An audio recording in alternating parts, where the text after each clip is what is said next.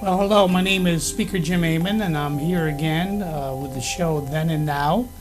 This is the second series of a four-part series dealing with human trafficking. We're so happy today to have one of the champions of the bill that we've had for the last 2 years, and if it wasn't for Deputy Speaker Jeff Berger, I don't think we would have gone as far as we have in the last 2 years when it comes to this very horrific issue. Last year, Deputy Speaker Berger and myself and Ray Bouchard, the author of the book, The Berlin Turnpike, we were able to sit down with Jeff and tell him some of the problems that we were having with human trafficking when it came to the New Haven and Hartford Advocate, where basically they were advertising in these newspapers escort services that actually had girls underage. We felt that that was something that, being owned by the oldest newspaper in Connecticut, the Hartford Current, and owning these two magazines, that we certainly wanted to make people aware of it. It was part of a court case a few years ago that was pointed out in the book, The Berlin Turnpike.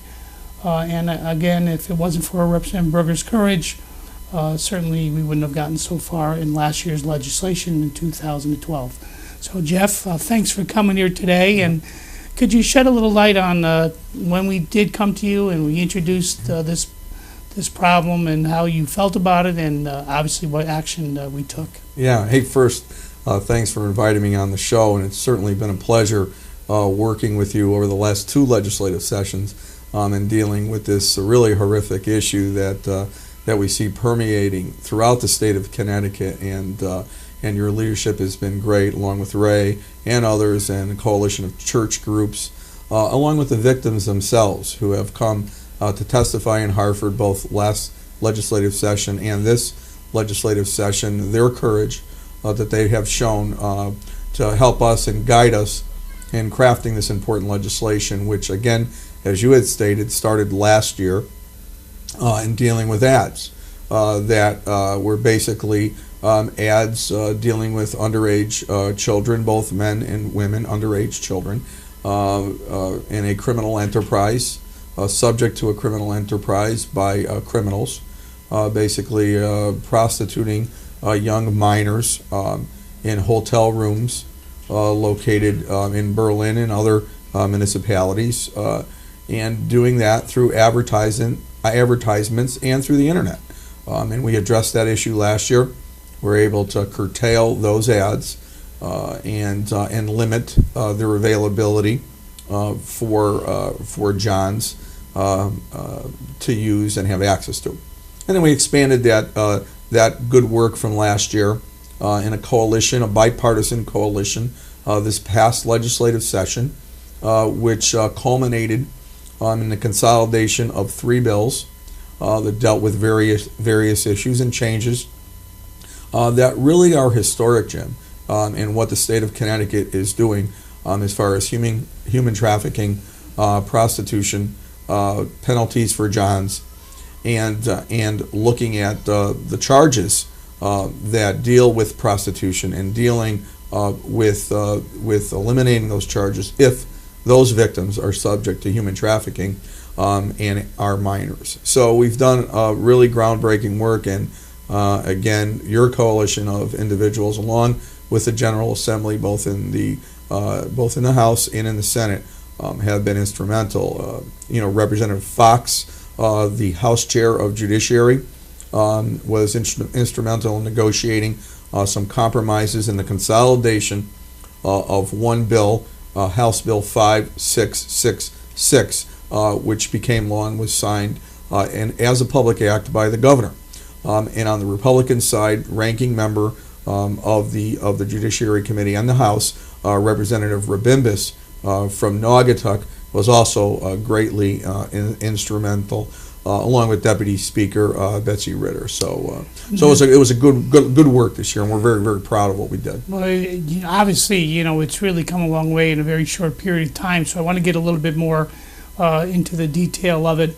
If you recall last year, when we first met with you on this, and I think one of the things we actually showed you that day the problems of not only obviously in newspapers, but now because of social media, how easy it is for someone to buy somebody over a computer, Twitter. But I think what really amazed me when Ray came to me, and then we shared it with you and shared it with Chairman Fox, when he said to me that within 5 to 10 minutes, I could buy an underage girl off of Facebook.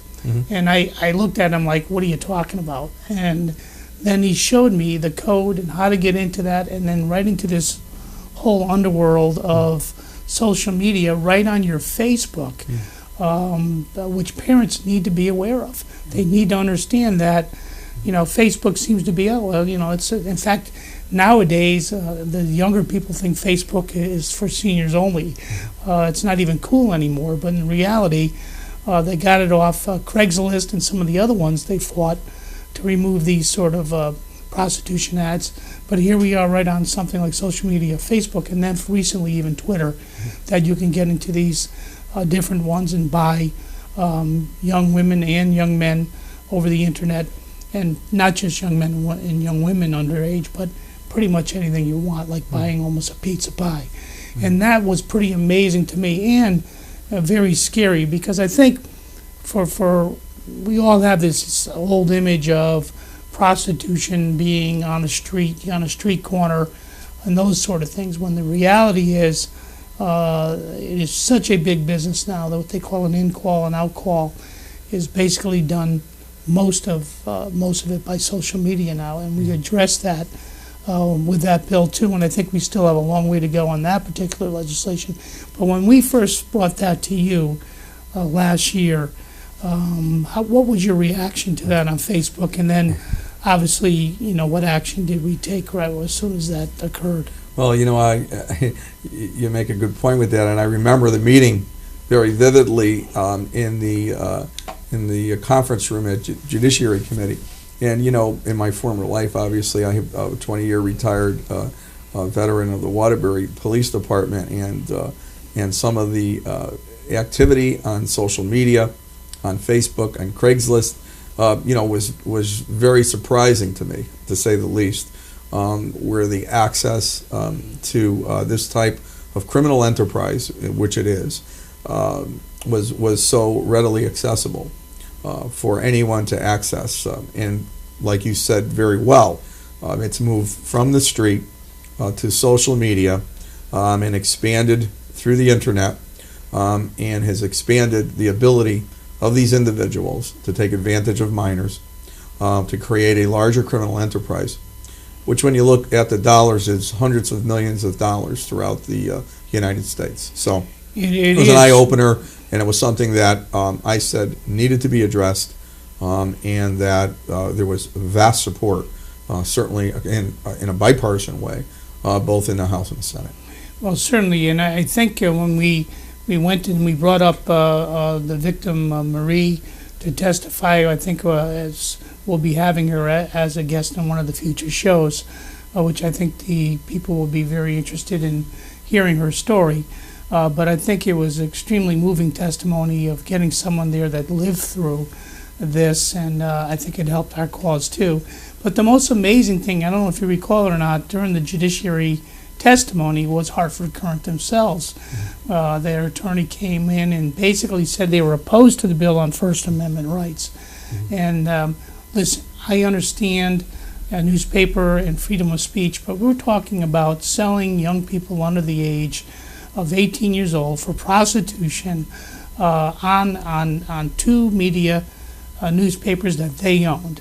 And I remember being cross-examined by Representative O'Neill, who was talking about freedom of speech and those sort of things.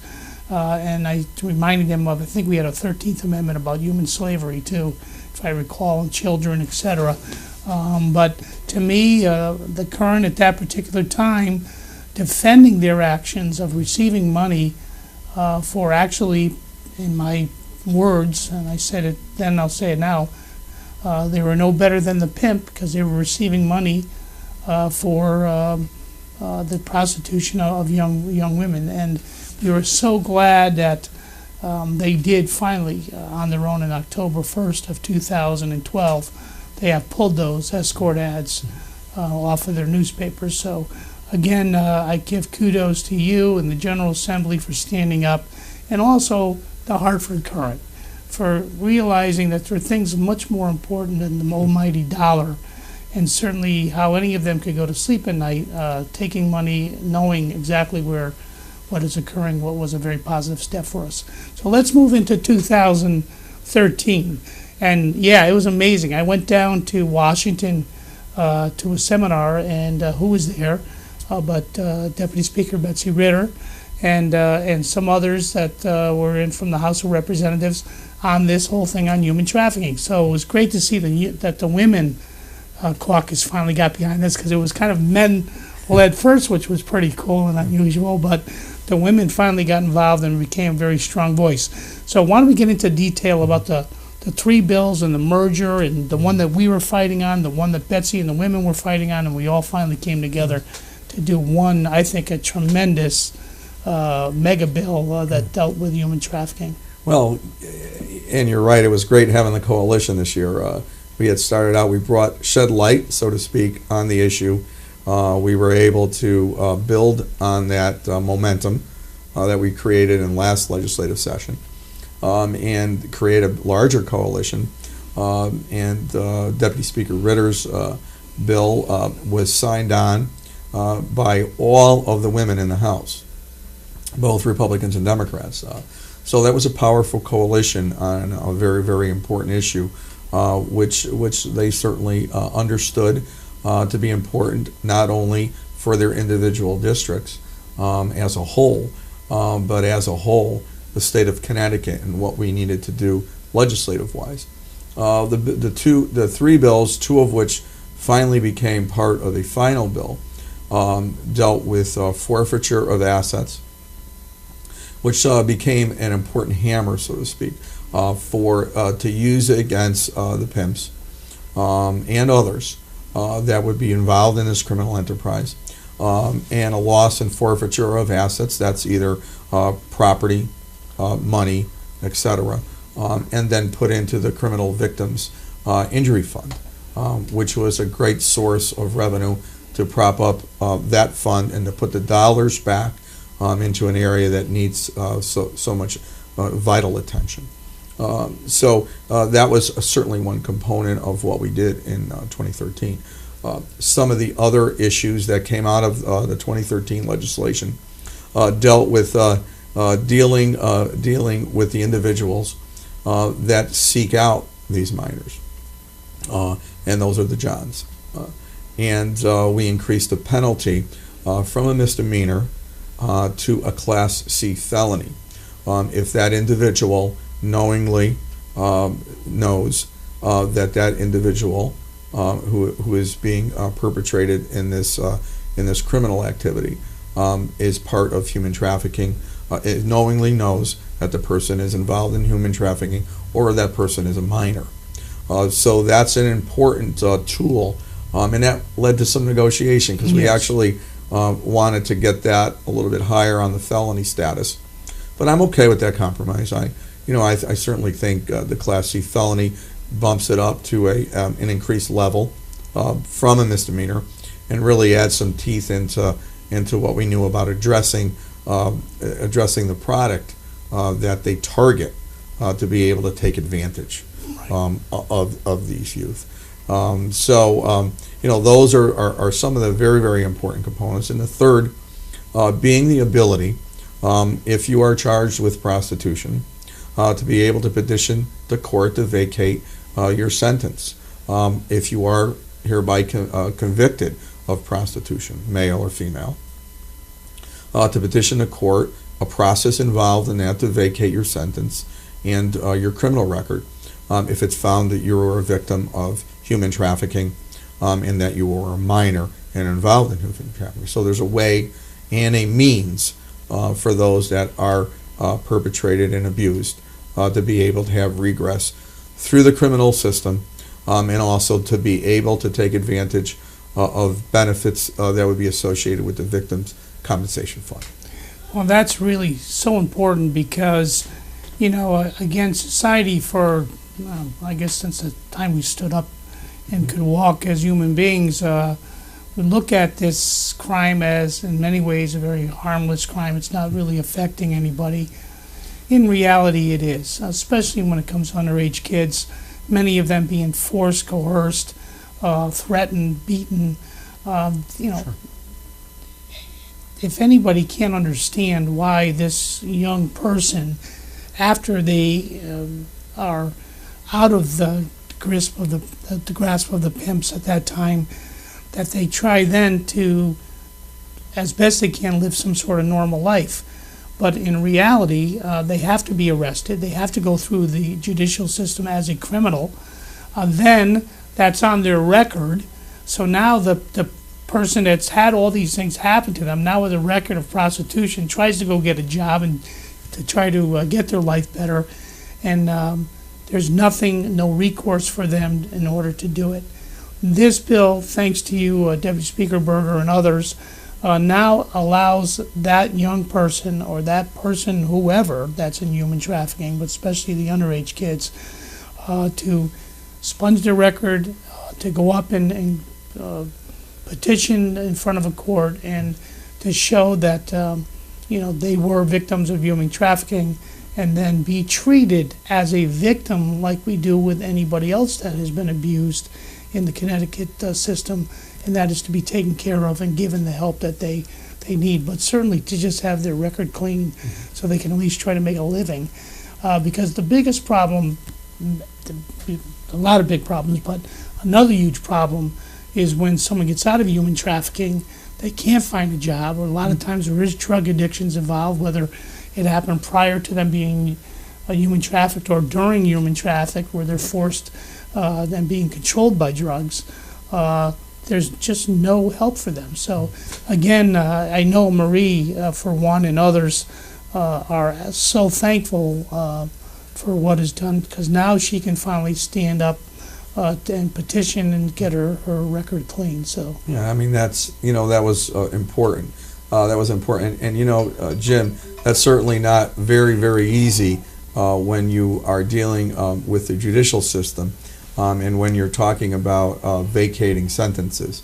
That certainly becomes a little bit of a far reach at times to be able to create the process to be able to vacate sentences, and we were able to get over that hurdle and really create, like I said in the beginning of the show, some groundbreaking legislation that changes people's lives, right. That gives those individuals another opportunity. When they were held victims and they were part of a criminal enterprise that abused them and led to other criminal activity, oftentimes we see that it's not only prostitution, there are other crimes that are involved with this criminal enterprise. And those could be assaults, those could be larcenies, those could be some serious felony charges, robbery, theft of both personal property and services. So there's a whole myriad of different felonies and misdemeanors that are an outgrowth of us dealing with this issue, showing the light on it, and giving some hope and opportunity for those that are these victims. Well, thank you so much, Deputy Speaker Jeff Berger, for coming here today and sharing the story, and again for being a champion for human rights, and certainly for these young people that have fallen victim to this horrific crime. Right after following this show, we'll be showing a little bit of what happened in 2013 on press conference and a few other things that occurred during the legislative session, how we fought this, and we hope you find it interesting. And then obviously that'll be followed by the music video Silent Cry, and a movie that we'll be shooting this year dealing with human trafficking. So again, thank you so much for tuning in again, and we will see you soon. Thank you. Thank you, Jim. Thanks.